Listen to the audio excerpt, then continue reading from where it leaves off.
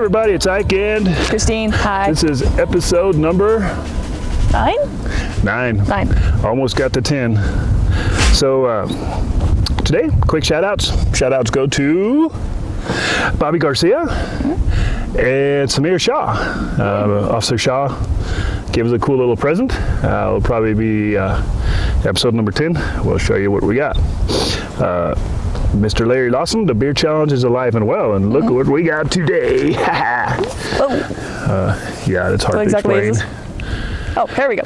I got it. Take it up there and give it a close-up. Ooh, give it a nice view. And it is, wait for it, Dega Ale. Hell yeah. So another shout out goes to my buddy Joseph Baca, Santa Famous Street Eats. He gave me a bottle opener. Of course, we've got cans. We don't need but wait, this is not just a bottle opener. This is a Bali Song knife /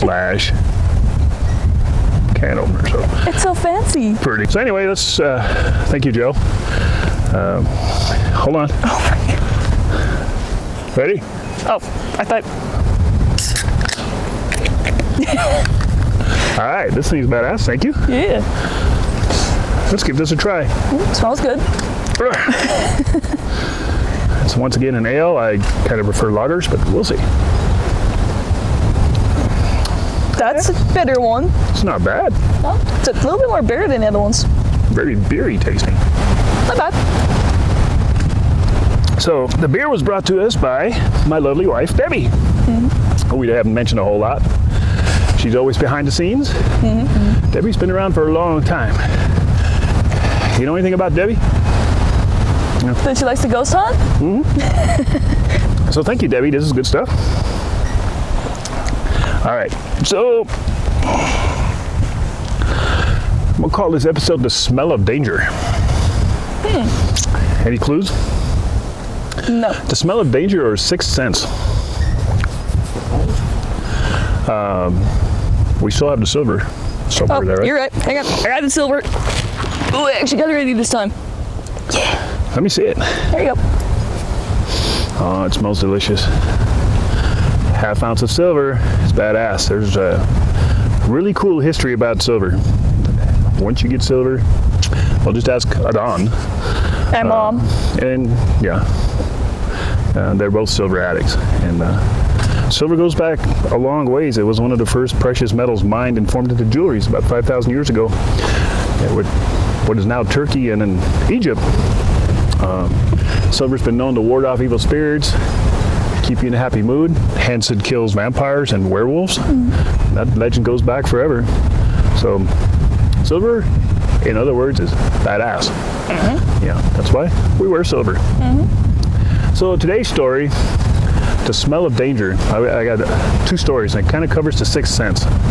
What is the sixth sense? Everybody has a sixth sense. Most people don't pay attention to it. I bet you most cops do, and I bet you most probably, like firefighters and EMTs probably also. Anybody that's in a kind of a sketchy environment probably pays attention to their sixth sense. And out of my personal experience, if you think something's wrong, that's your sixth sense, probably should go with it. So my first experience with sixth sense is, you know, being an old school cop, we were always taught to make traffic stops, driver's side, approach the driver on the driver's side. And it's inherently dangerous because your butt's in the road and people come by really close. And if you hear a lot of noise, we're outdoors and it's turning into winter. And as you can tell, we're in the middle of nowhere and the trees are turning yellow. And it's a bit chilly. So we're traffic stop, driver's side, kind of dangerous, but always do them. That's how we were trained. Made a traffic stop on this little 2-lane road in the middle of nowhere. And as I'm calling into plate, something tells me I should probably do a passenger approach. And there's no shoulder, you know, there's a really narrow shoulder that's covered in weeds and kinds of stuff. And I still opted to make a passenger approach. I went around behind the back of my unit so I didn't cross my lights. And approached passenger side, and usually when that happens is the driver is looking in the mirror, waiting for you to come up. So they usually are like holding onto the steering wheel, looking in the mirror.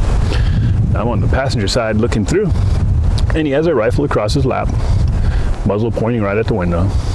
Scared the crap out of me. So needless to say, my weapon came out and orders were shouted. And long story short, I don't think the guy was out to hurt me. He was an older man, and he just wanted to show the officer that he had a firearm in the car. And I said, that's the wrong way to do it, buddy. If I would have walked up on the driver's side, it probably would have turned out entirely different. The second one, let me think about this one. The second one is, I wonder how many cops are willing to admit this one. Fairly new cop, probably got like 5 years in. Make a traffic stop 25 miles away from the nearest municipality, 2-lane road. It's probably 11, 12 o'clock at night, hardly ever any traffic on that road. I'm just cruising along, listening to the radio, and I see a car coming at me, and I look at the radar, and it's doing over 100, like 102, 103, something like that. I'm like, and you know, cops are like dogs. They chase things just out of instinct. You know, for a second, common sense just goes away, and I see my radar, like, holy shit. Make a U-turn, all the lights come on, and, you know, it takes me a while to catch up to him. I finally catch him, pull him over. And when I pull him over, it's a white Cadillac with Illinois plates.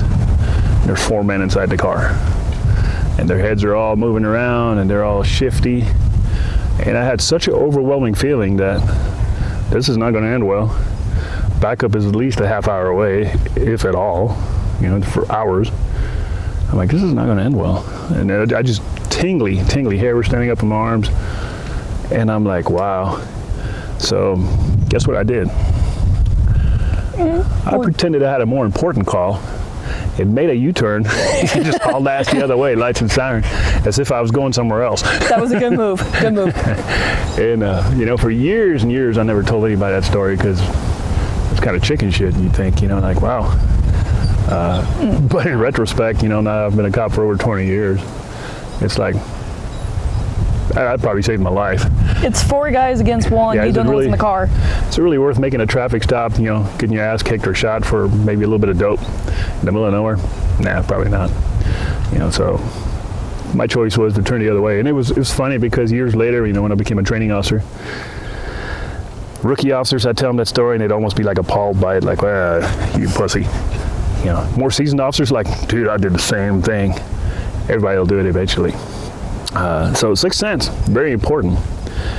And then along with Sixth Sense, also there's a thing is, like something's watching out for you sometimes, and you just got to pay attention to the signs.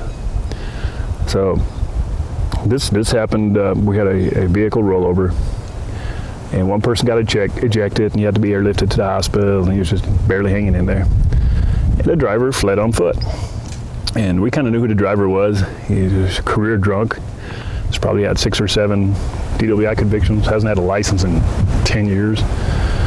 Just a neighborhood criminal. And so we look at all the obvious places where he may be hiding, or, you know, and he's a dangerous individual too, by the way. He's a convicted felon. Couldn't find him.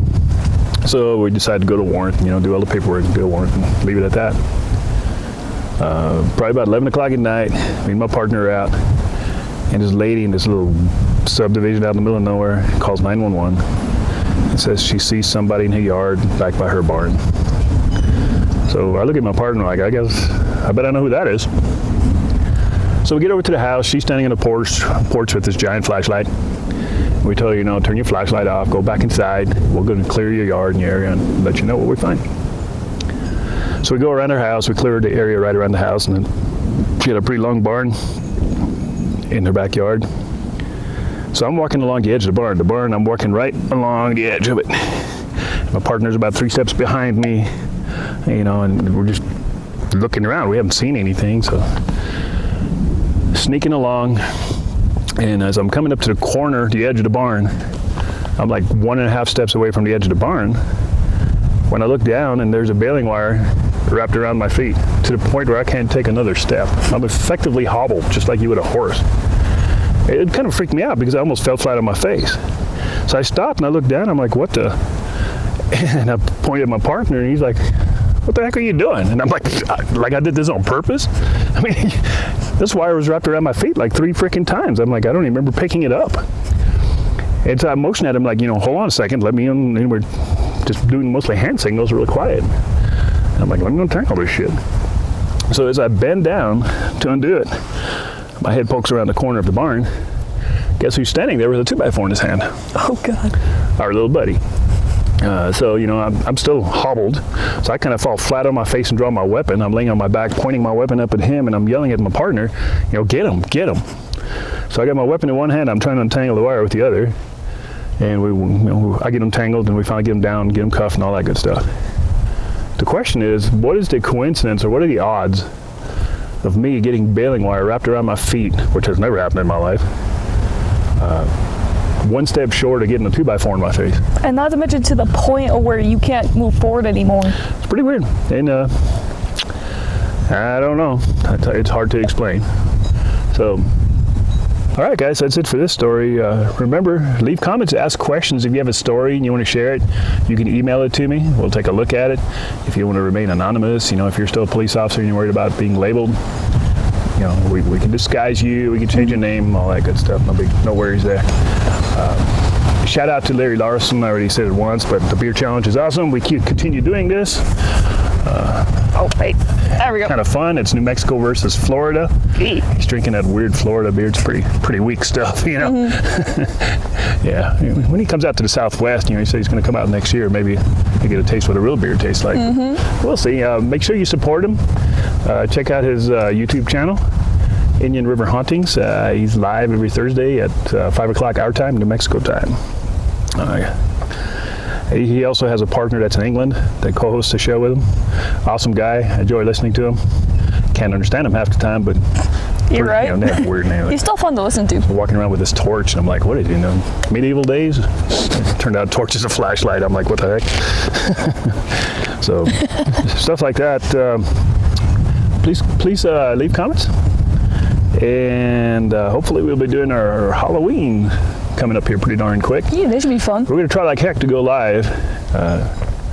Potentially, we're going to be live. Yeah. There's a possibility we may not be, depending how well the internet works, because we are in the middle out here nowhere, and there's nothing worse than watching a live video that's all grainy or chopped up or keeps freezing, because it's just ridiculous. I might pre-record it and then just send it that way, but we do what we got to do, right? So, do you ever have any Sixth Sense experiences? A few, none that are noteworthy. You know, the Sixth Sense is the ability to perceive the unknown. You know, just in case you're wondering. Nothing? Not off the top of my head.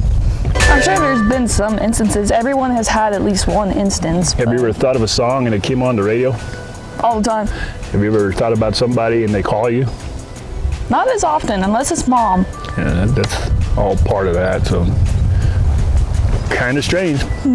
All right, we're going to try to go put out a video next time, so until then, see ya. Bye. This corner, there's going to be something there that's going to pop up probably when I get done editing this video. Make sure you do that.